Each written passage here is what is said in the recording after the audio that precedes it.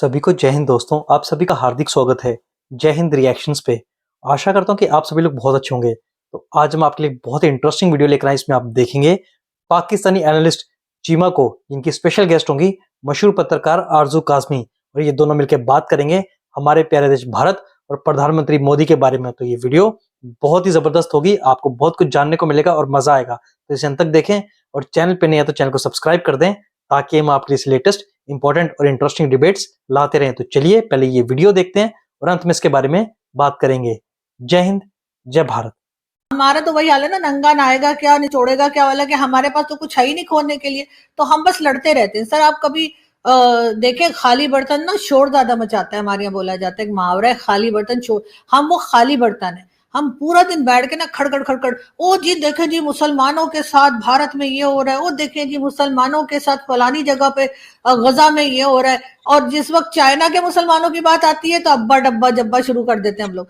तो हमारा तो वो हाल है सर। तो जिस वक्त तक हम अपना वही गुट तालिबान और बैट तालिबान और इस किस्म की चीजें, या इधर के मुसलमान याद हैं उधर के मुसलमान चाइना के वक्त, एकदम खामोश, ये वाला जब तक हम अपनी नौटंकी और दोगलापन नहीं छोड़ेंगे, जब तक हम यही प्रॉब्लम फेस करते रहेंगे। उसके बाद किसी को जो बोलना है मुझे बोले।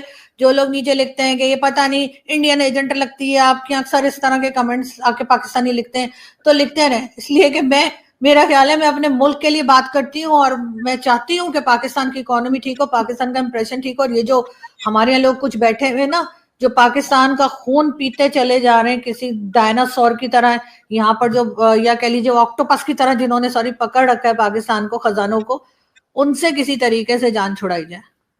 कोई इंसान के बच्चे यहाँ पर आए होंगे, लेकिन बेचारों को आगे आने ही नहीं दिया जाएगा। आगे वही आएगा जो बूट पॉलिश कर रहा होगा, जो इन्हें वाह वाह करेगा, सर आप ना होते तो पता नहीं क्या हो गया सर, आपको जो है ना 2030 तक के लिए ये बना दिया है। और खुद भी जो है वो 10-10 साल, इमरान खान को भी यही कहा गया था कि आप 10 साल के लिए आए, तो इमरान खान भी यही कहते थे मैं तो 10 साल प्राइम मिनिस्टर हूँ। और फलाना जो उसके साथ उनके जो इर्द गिर्द लोग थे वो भी वही एक्ट करते थे कि उनको लगता था ये रहेंगे, लेकिन इनको पता नहीं होता कि इनके ऊपर एक और पावर है, जो जिसे कहते हैं ना कि खुदा की भी पावर है जो इनसे ऊपर है, और उसका प्लान कुछ और होता है।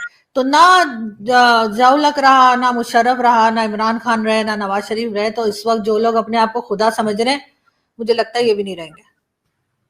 अच्छा, तो मैडम ये जो अब बात है कि आप जैसे फॉर एग्जांपल बात कर रही हैं भारत के हवाले से कि जी पाकिस्तान प्रॉब्लम है, भारत तो बहुत अच्छे हैं, वो कारोबार करना चाहते हैं। बहुत सारे लोगों का ये कहना है कि भारत के अंदर जो एक होता है कि आप थ्रेट को एक्सटर्नलाइज कर देते हो, ठीक है, अस वर्सेस देम करते हो, आइडेंटिटी का क्राइसिस पैदा करते हो, आइडेंटिटी पॉलिटिक्स करते हो, उससे आपकी जो है आप पॉपुलर रहते हो। इसको आसान लफ्जों में मैं ये समझाऊं, आइडेंटिटी पॉलिटिक्स में यह है कि जैसे इंडिया के अंदर हिंदू मुस्लिम कर दिया गया, ठीक है, जैसे बीजेपी मुसलमान को टिकट नहीं देती कहीं पे भी इलेक्शन लड़ने के लिए, वो कहते हैं जी हम नहीं देते, ठीक है, वो कहते हैं जी हम हिंदू मेजोरिटेरियनिज्म पे बिलीव करते हैं, हम उन्हीं को वोट देंगे, हम उन्हीं से वोट लेंगे और उन्हीं के साथ पावर में रहेंगे, हमारा मुसलमानों को हम वो इंक्लूसिवनेस की वो बात नहीं करते। उन्होंने खुल्लम खुल्ला कह दिया।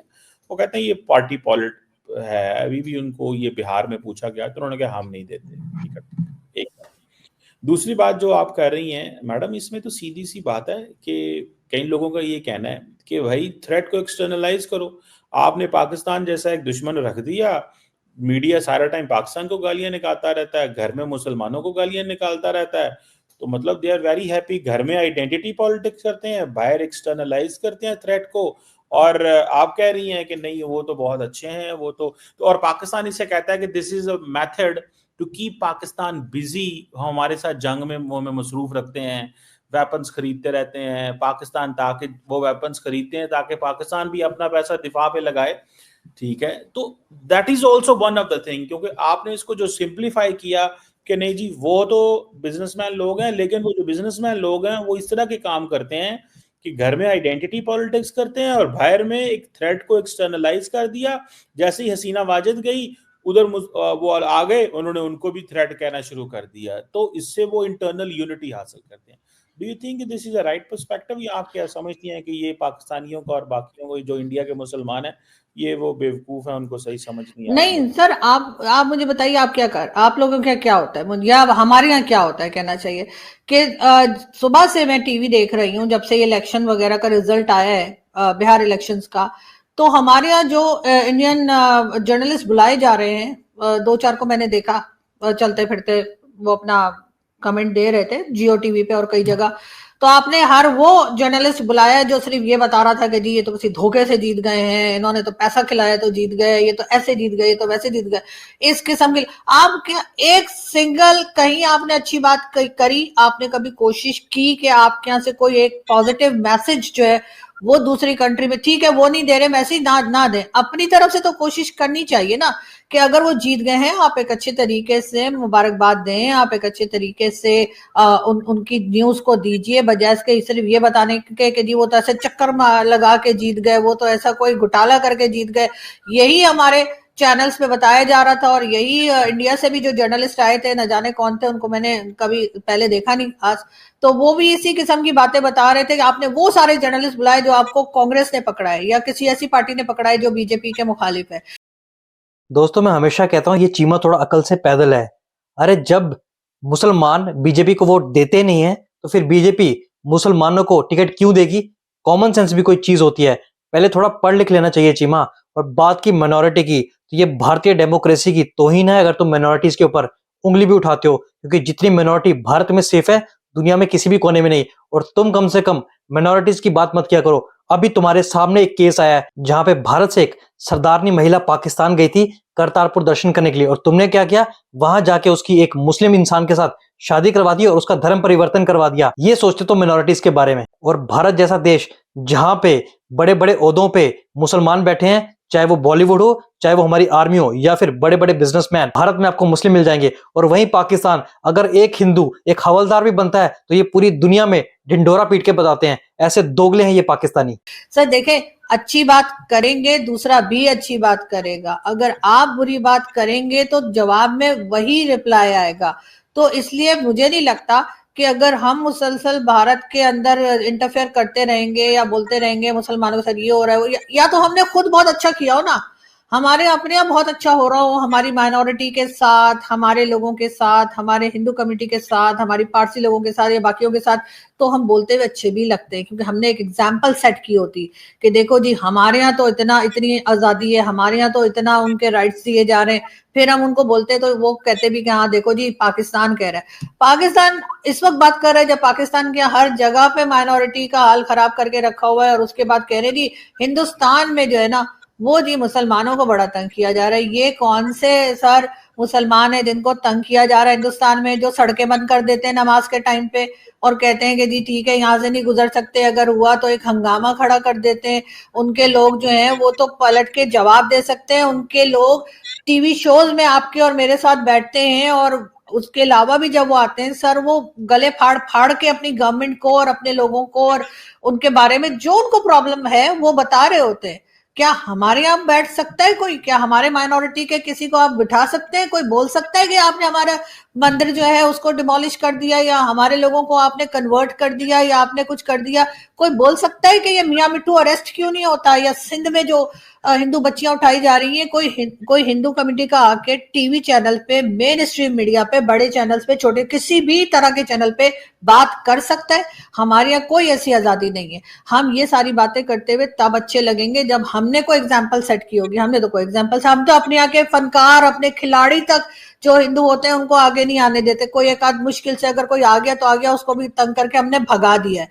उनके आप दिलीप कुमार साहब से लेकर, जिनका नाम यूसुफ खान था, पिशावर के थे, उधर से लेकर और आप शाहरुख खान तक आ जाइए और उनके आगे भी आप चले जाइए, उन्होंने तो अपने यहाँ के मुस्लिम्स को नहीं रोका कि जी आप आगे नहीं बढ़ सकते।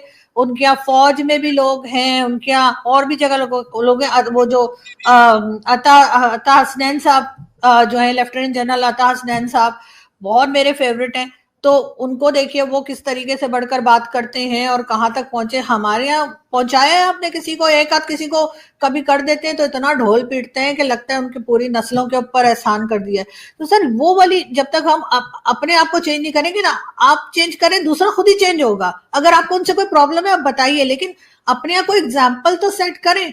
अब मुझे किसी से फॉर एग्जाम्पल बात करनी है, किसी से मेरा झगड़ा है, मैं चाह रही हूँ वो झगड़ा खत्म हो जाए, मैं जाकर उसको और गालियां सुनाऊं, तुम तो ऐसे और तुम तो वैसे और तुम्हारे यहाँ तो ये होता है तो तुम्हारे यहाँ तो वो होता है, तो आपका ख्याल है कि उसने पलट के मुझसे बात करनी है, उसने कहना निकल इधर से। तो बात सारी ये कि आपको अपने अंदर चेंजेस लाने पड़ेंगे, पॉजिटिव चेंजेस लाने पड़ेंगे।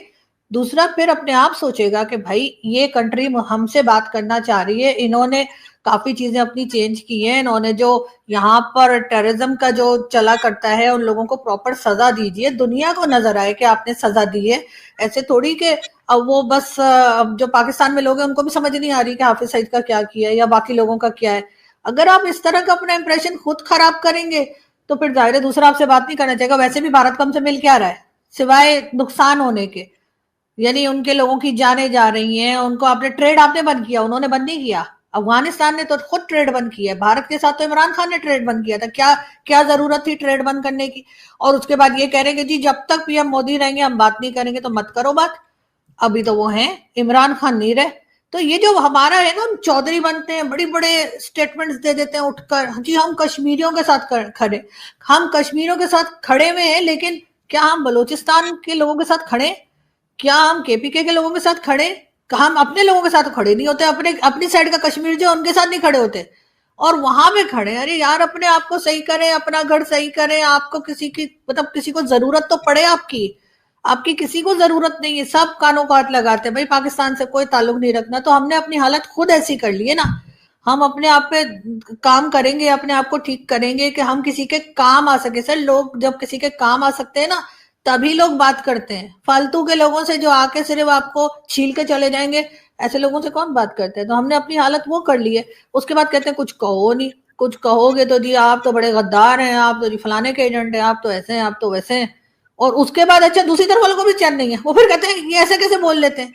अरे भाई वो मैंने अपने शो में लास्ट शो में कहा था कि भाई हम लोगों ने ना अपने डेथ सर्टिफिकेट पे साइन किया हुआ है, तो हम बोल लेते हैं और इसके बाद अगर हम मारे गए या हमें कुछ हुआ तो हमें उसका कोई अफसोस नहीं। लेकिन हमारा ये रहेगा कि हम डरे नहीं, हम झुके नहीं, और हमने जो हमारी कंट्री में गलत हो रहा है, जो हमें लग रहा है गलत हो सकता है दूसरों को सही लगता हो, लेकिन ये कि हम वो बात करते हैं और मेरा ख्याल है कि करनी चाहिए। बिल्कुल ठीक हो गया। बिल्कुल ठीक हो गया मैडम, आपकी बात सही है। फ्रीडम ऑफ स्पीच जो है वो होनी चाहिए और अपनी बात करनी चाहिए। अगर कोई आपसे डिसएग्री करता है तो वो करे, लेकिन अपना मौक़िफ़ जो है वो ज़रूर रखना चाहिए। Thank you very much Arzoo Kazmi साहिबा। It's always pleasure talking to you. Thank you. Same here sir, thank you. कीमा मैं तुम्हें बार बार समझाता हूँ, प्रधानमंत्री मोदी क्या, भारत का कोई भी व्यक्ति पाकिस्तान के साथ कोई रिश्ता नहीं रखना चाहता, ना हम बात करना चाहते थे, ना बात करना चाहते हैं। दोस्तों आशा करता हूँ जिस तरीके से आरजू काज़मी ने चीमा को जवाब दिए वो देख के आपको काफी मजा आएगा और ये वीडियो आपको काफी पसंद आएगी। तो वीडियो अगर आपको अच्छी लगी है इसे लाइक और शेयर जरूर करें और अपने विचार हमें कमेंट सेक्शन में लिखकर जरूर बताएं और एक बार फिर चैनल पे नए हैं तो चैनल को सब्सक्राइब कर दें। जय हिंद, जय भारत।